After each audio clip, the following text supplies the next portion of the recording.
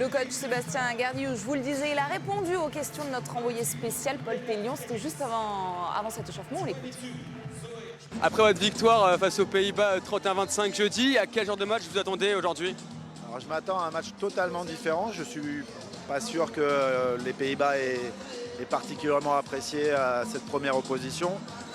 Dans nos choix d'adversité, on avait identifié les Pays-Bas comme une nation majeure, ce qu'elle est. Et je pense qu'aujourd'hui, il y aura un tout autre combat et de tous les instants face à une des meilleures nations européennes.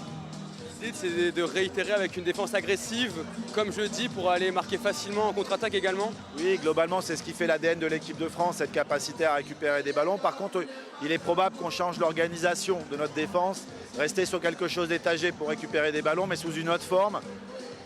Peut-être qu'on ne va pas utiliser autant de situations défensives pour perturber le jeu de la Hollande sur leur côté droit.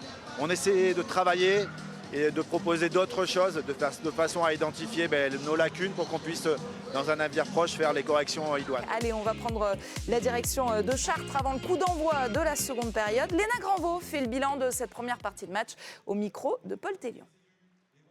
Vous avez fait une fin de première mi-temps en boulet de canon avec ce but là dans le buzzer, mais vous avez beaucoup pêché au tir. Qu'est-ce qui vous manque finalement cette première mi-temps?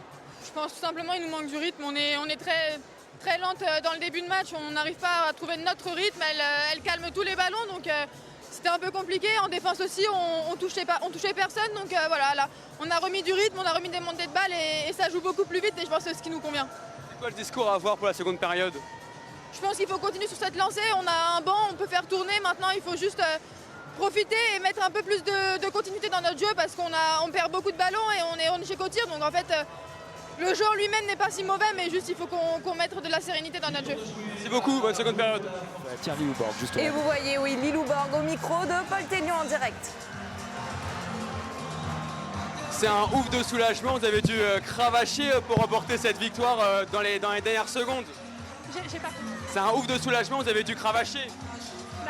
Alors c'est vrai que en fait le match n'était pas gagné, on commence mal, on est derrière un peu tout le long, on arrive à repasser devant la fin, on arrive à être lucide, on a des arrêts de gardienne, on récupère des balles, derrière nos pivots elles mettent les buts, ça joue la continuité, donc on fait une bonne fin de partie et c'est ce qui nous fait passer devant la fin.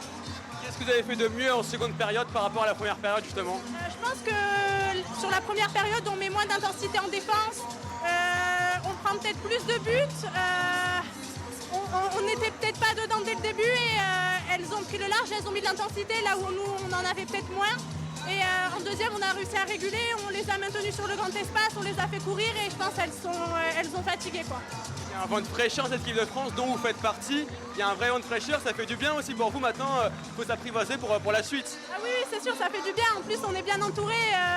Elles nous permettent aussi de jouer, de marquer nos propres buts. Donc franchement, franchement, je suis super bien entourée. Et toutes les jeunes, on est super bien entourés, quoi. Merci beaucoup, profitez bien.